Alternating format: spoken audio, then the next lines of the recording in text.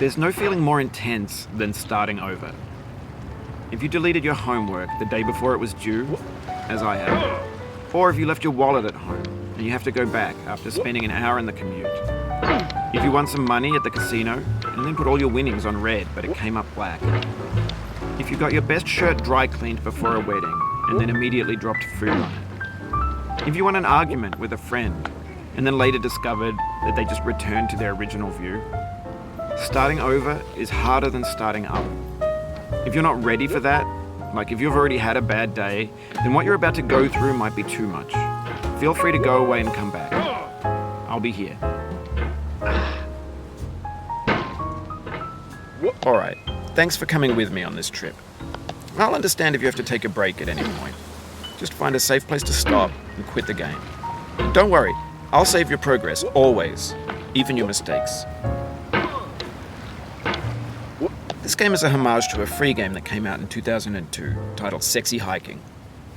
The author of that game was Jazzuo, a mysterious Czech designer who was known at the time as the father of B games. And B games are rough assemblages of found objects.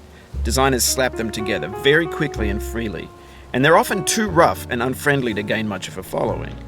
They're built more for the joy of building them than as polished products. In a certain way, Sexy Hiking is the perfect embodiment of a B game.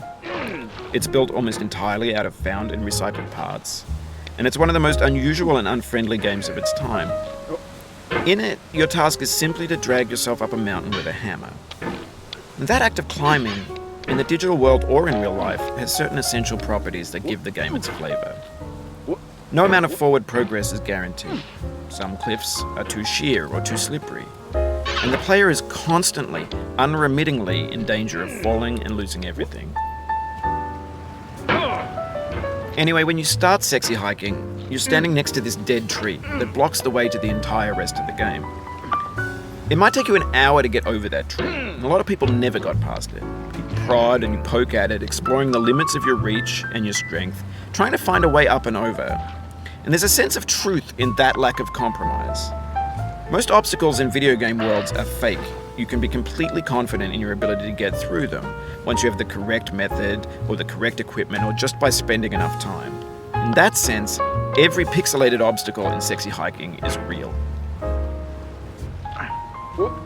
The obstacles in Sexy Hiking are unyielding, and that makes the game uniquely frustrating. But I'm not sure Jazzuo intended to make a frustrating game. The frustration is just essential to the act of climbing, and it's authentic to the process of building a game about climbing. A funny thing happened to me as I was building this mountain. I'd have an idea for a new obstacle, and I'd build it, test it, and it would usually turn out to be unreasonably hard. But I couldn't bring myself to make it easier. It already felt like my inability to get past the new obstacle was my fault, as a player rather than as a builder.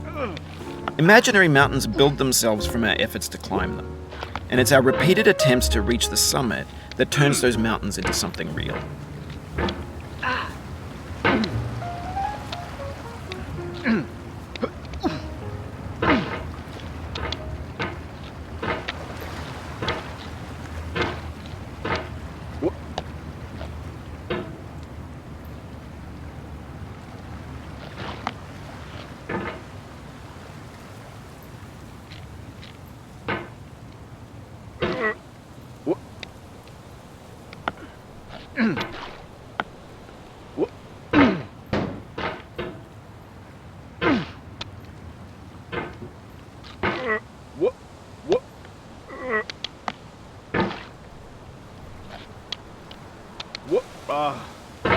Oh, you just lost a lot of progress.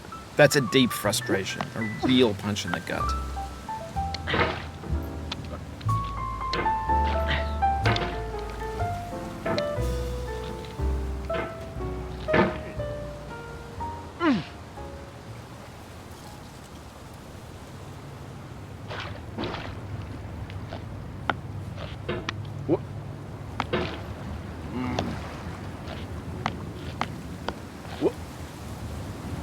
Oof, sorry about that.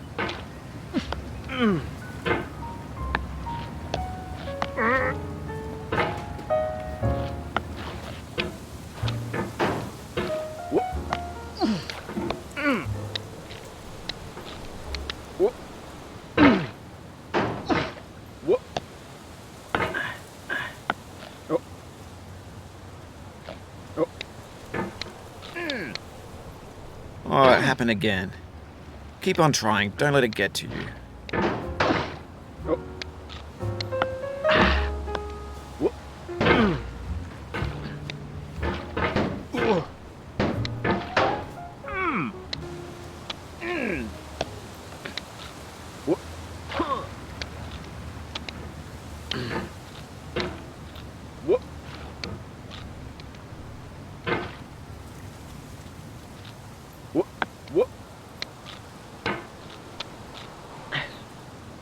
This thing that we call failure is not the falling down, but the staying down. Mary Pickford.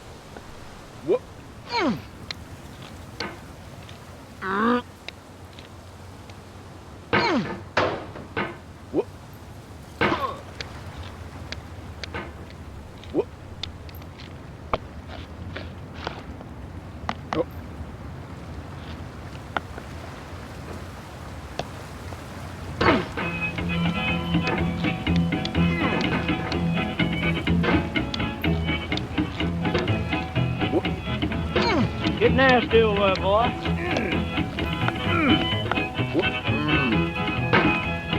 Going down the road feeling bad. I'm going down the road feeling bad. Going down the road feeling bad, and I ain't going to be treated this way.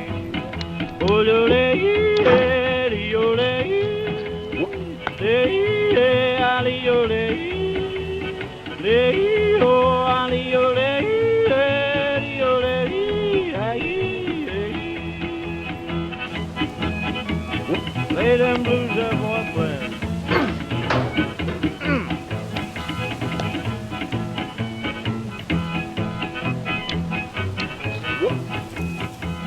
Down in the jail on my knees, down in jail on my knees, down in jail on my knees, and I ain't going to be treated this way.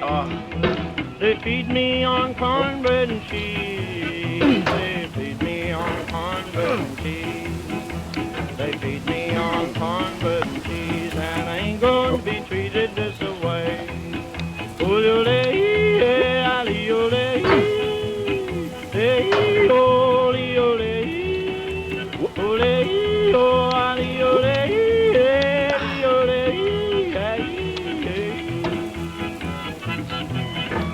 That's good time, boys.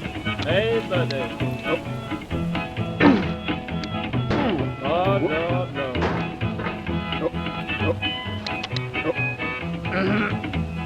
$10 shoe fits my feet. A $10 shoe fits my feet. $10 shoe fits my feet, and I ain't going to be treated this way. Going where the weather suits my clothes. I'm going where the weather suits my clothes. I'm going where the weather suits my clothes, and I ain't going to be treated this way. Ole, ole, ole, ole,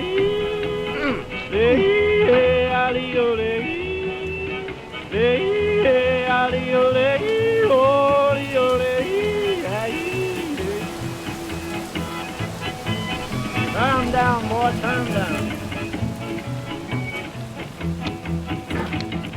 Hey!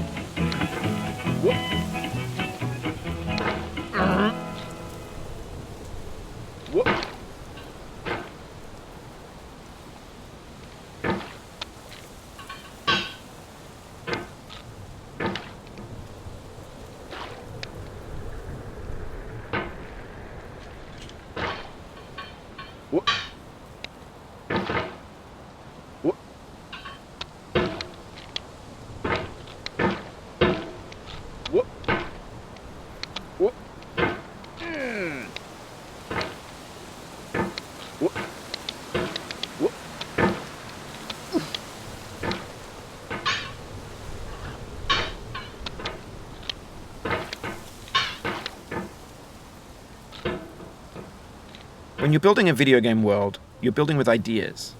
And that can be like working with quickset cement.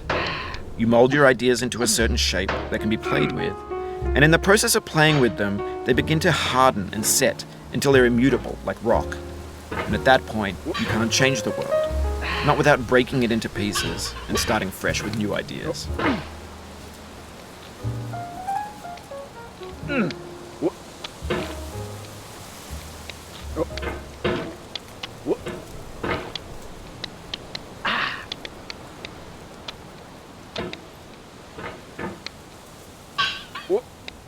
No. The soul would have no rainbow had the eyes no tears. John Vance Chilton. All of you, to stop what you're doing and listen.